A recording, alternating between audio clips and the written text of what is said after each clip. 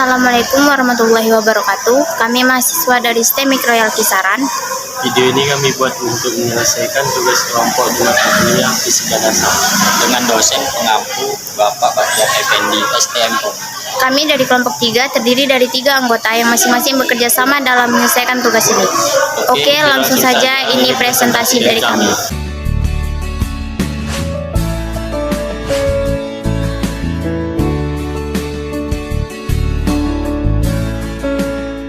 Oke, saya Julia Ramasinta akan memandu video presentasi ini.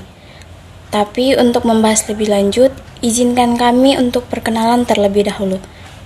Saya Julia Ramasinta, 21210027. Saya Muhammad Apis Sohada, 21210056.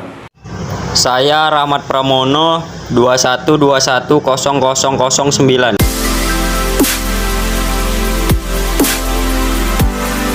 Kapasitor, pengertian kapasitor, kapasitansi, fungsi, dan jenisnya.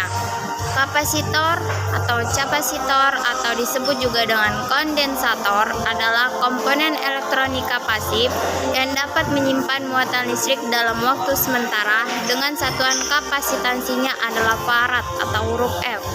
Kapasitansi dan kapasitansinya adalah ukuran jumlah muatan listrik yang disimpan atau dipisahkan untuk sebuah potensial listrik yang telah ditentukan. Fungsi-fungsi dari kapasitor adalah yang pertama, fungsi utama kapasitor sebagai penyimpan muatan listrik. Banyak peralatan yang menggunakan kapasitor sebagai penyedia arus listrik seperti kipas angin, mobil, air conditioner atau AC, dan banyak lagi. Yang kedua, kapasitor sebagai filter. Biasanya kita sebut kapasitor filter. Filter digunakan untuk menghapus bagian yang tidak diinginkan dari sinyal. Dengan memfilter, maka kita dapat memblokir frekuensi yang tidak diinginkan yang dipancarkan di dekat penerima radio. Selanjutnya yang ketiga, kapasitor sebagai kopling. Dikenal juga sebagai kapasitor kopling. Kapasitor yang digunakan untuk memasangkan atau menghubungkan bersama dua rangkaian seri di mana hanya sinyal AC dari rangkaian tersebut yang lewat. Kapasitor memblokir sinyal DC untuk masuk ke rangkaian kedua. Dengan demikian, hanya melewati sinyal AC. Berikut aplikasi dari kapasitor kopling. Yang pertama, menyeimbangkan sinyal DC dari komponen 0 DC pada sinyal digital. Yang kedua, kopling kawat yang berjarak dekat dalam urutan picofarad antara dua konduktor. Yang ketiga, melewati sinyal AC atau sinyal yang diinginkan dengan memblok sinyal DC seperti pada rangkaian audio, rangkaian digital, rangkaian telekomunikasi, rangkaian filter dan crossover, dan rangkaian power supply. Untuk yang keempat, kapasitor sebagai pengaman atau screen. Fungsi kapasitor selanjutnya adalah kapasitor sebagai pengaman atau fuse. Konsep kerja dari kapasitor sebagai pengaman adalah mendeteksi apabila terjadi kelebihan muatan atau arus pendek, maka kapasitor akan memutus aliran listrik dari sumber arus sehingga tidak terjadi lompatan listrik.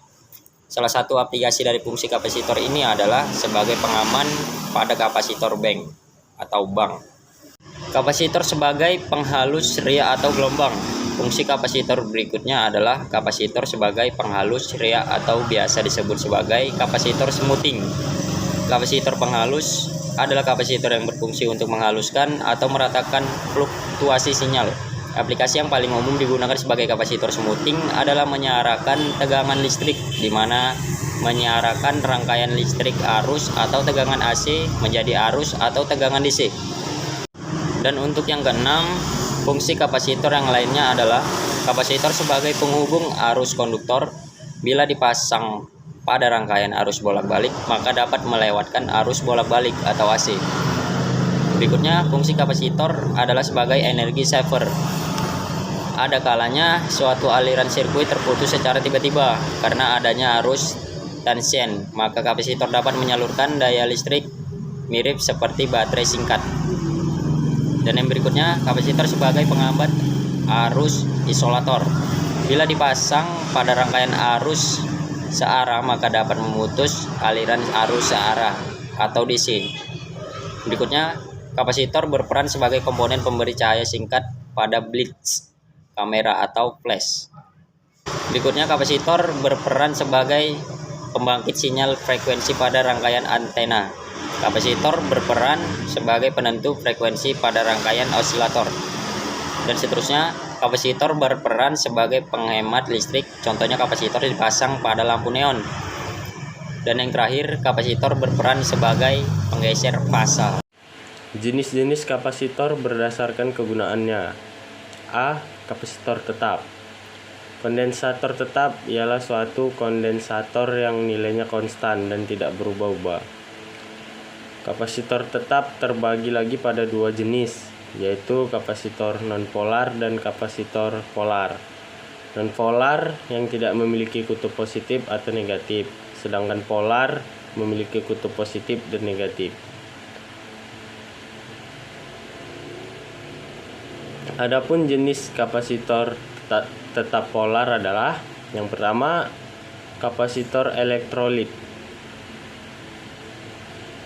Kapasitor yang bahan isolatornya terbuat dari elektrolit, dan kebanyakan kapasitor jenis ini memiliki bentuk seperti tabung.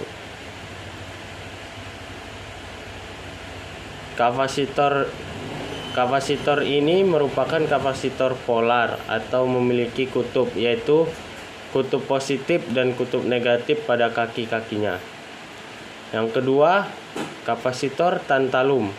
Kapasitor tantalum memiliki kemiripan dengan kapasitor elektrolit, yaitu juga memiliki dua buah kutub positif dan kutub negatif, serta bahan isolatornya terbuat dari elektrolit. Disebut kapasitor tantalum karena kapasitor jenis ini terbuat dari bahan logam tantalum sebagai terminal anodanya atau positif. Kapasitor tantalum dapat beroperasi pada suhu yang lebih tinggi dibandingkan dengan kapasitor elektrolit dan kapasitor lainnya. Adapun untuk jenis kapasitor nonpolar dari kapasitor nilai tetap atau fixed kapasitor adalah sebagai berikut. Untuk yang pertama, kapasitor keramik. Dinamakan kapasitor keramik karena jenis kapasitor ini bahan isolator atau dielektriknya terbuat dari keramik, dan kebanyakan kapasitor keramik berbentuk bulat, tipis, dan persegi empat. Kapasitor keramik tidak memiliki polaritas atau kutub sehingga dalam pemasangannya tidak masalah apabila terbalik, karena tidak akan meledak seperti halnya kapasitor elektrolit yang memiliki kutub. Untuk yang kedua, kapasitor polister.